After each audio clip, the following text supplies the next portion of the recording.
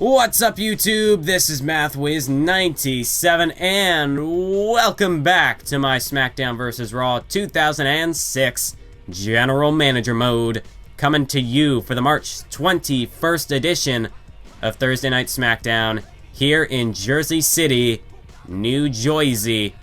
That is right, folks, and we have got an epic match card set for this one, as we have allies going one-on-one. Benoit taking on Shelton Benjamin to kick off this episode. These two men, of course, former #1 contenders for the tag team titles. But tonight, they look to vent their grievances with one another in a match. The Rabid Wolverine making his way down to the ring. Shelton Benjamin, the gold standard, about to make his way to ringside. And later on, of course, we are going to be seeing the Texas Rattlesnake, Stone Cold Steve Austin, go one-on-one with the World Heavyweight Champion, Triple H. That is going to be an awesome match when we get to it. But first of all, we've got this confrontation, a battle of technicians. As a lockup here, collar and elbow tie-up, but it's Benoit who gains the upper hand. So yes, I'm uploading this GM mode video. The next episode, or I should say the next video on the channel is going to be the part 2 of King of the Ring. But I do want to get this video up because it has been a little while since the past GM mode video. But for those of you who are only here for my GM mode series, I do want to apologize for the lack of videos, but that's just because I had to put in a lot of effort, a lot of work into King of the Ring. And I was sick for about a week, so I couldn't do any commentaries. So I do apologize for that. But we're back now. GM mode is back. We've got... Next episode will be the final episode of SmackDown. And then we have WrestleMania. So that should be a pretty epic lineup here for the GM mode series. I'm hoping that we can end this series... I don't know, probably in May, I think, will be the conclusion of the series. I don't want to, like... You know, I said back when we returned to the series in January that I didn't want to rush the series to its conclusion, because I have a lot of fun making these videos, and it's nice to just have that extra content on the side other than universe mode, so that when I do have a big pay-per-view video that I have to work on, like Night of Champions, SummerSlam, King of the Ring, that I have some other content that I can put up in the meantime, so that it's not just complete inactivity, which I worry is going to be the case now in the future once I do finish up GM mode, which is why I'm hopefully trying to at least have GM mode around until I can finish up, maybe not necessarily finish Battleground, but to at least kind of bridge the gap there. And then we're back on track with a regular universe month in with Survivor Series coming up. So that should hopefully work out.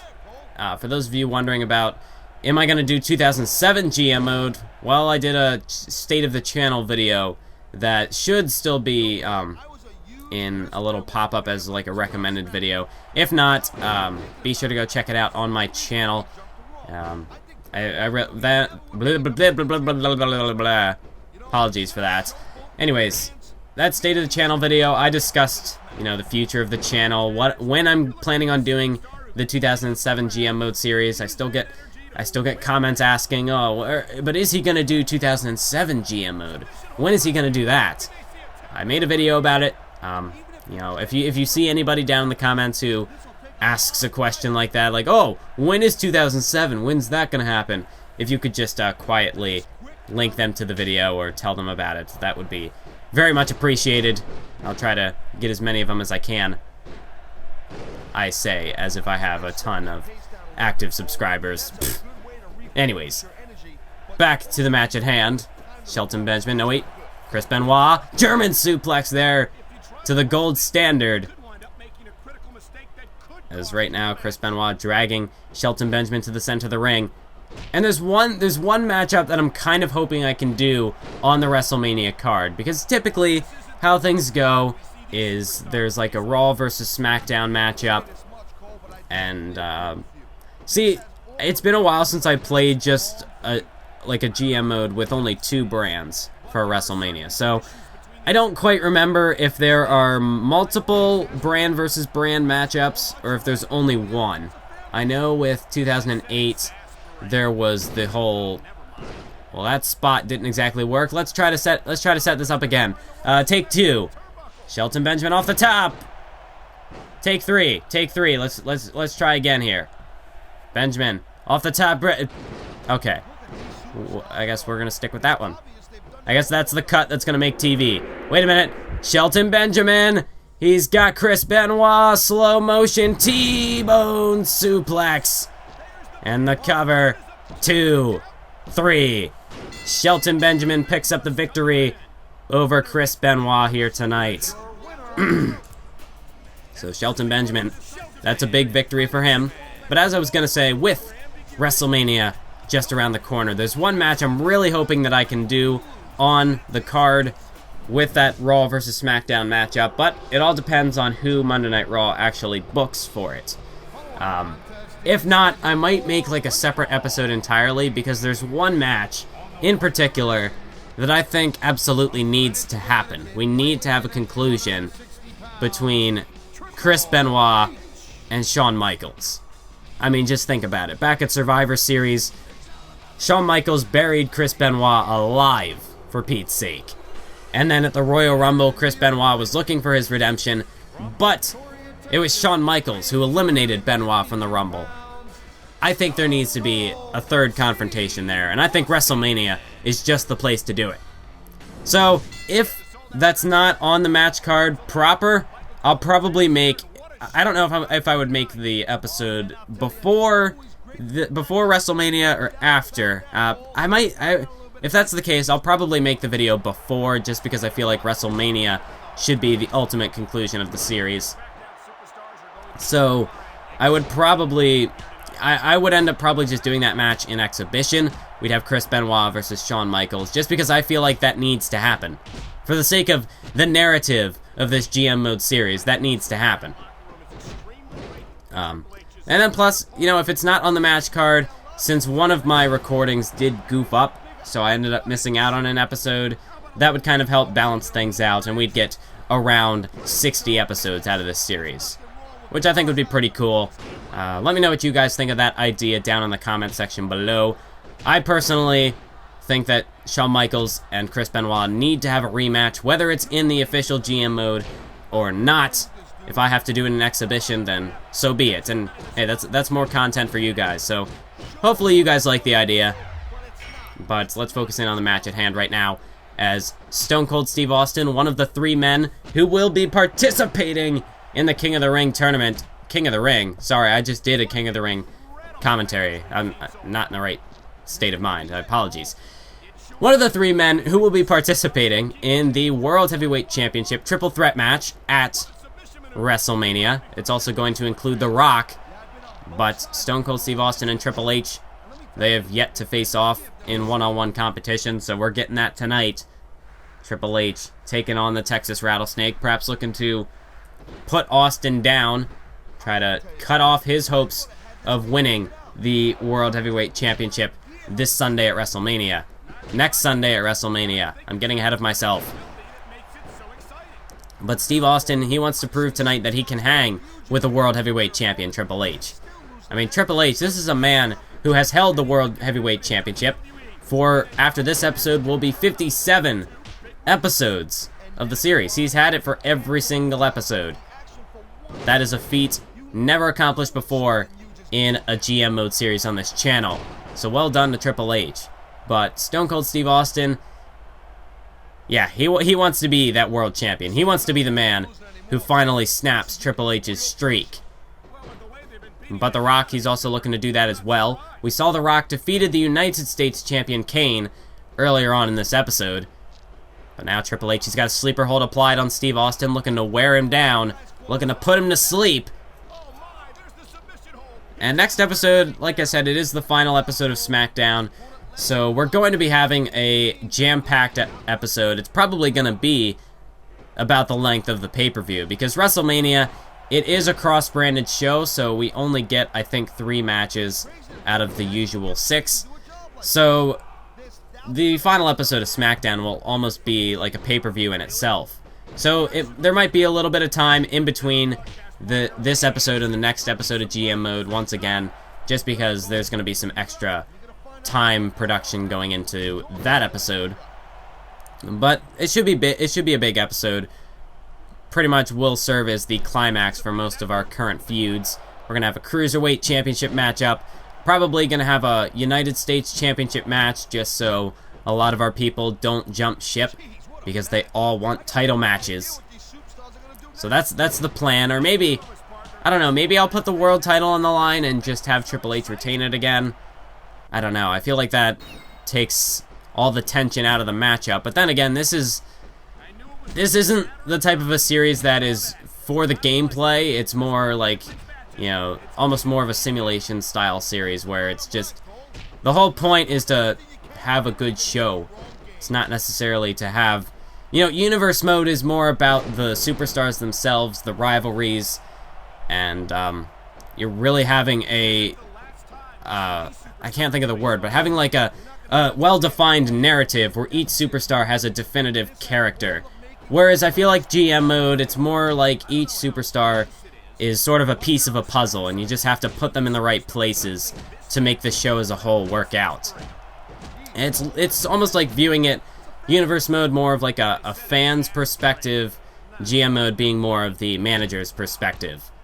That's just personally how I view the two series, and what really divides them. Also, that's kind of why this series has sometimes been known in the past for being the tangent series, as I have dubbed it, just because, you know, talking about the gameplay, I've said before, it's not always the easiest thing to do. These older games, the gameplay was much slower and much less engaging than the newer games currently have it as. Although I will say, I've looked back at some videos on the YouTubes, just seeing like comparison of certain moves in the current games as opposed to their older animations in previous games. Like this one, wait a minute, Stone Cold Stunner on the way!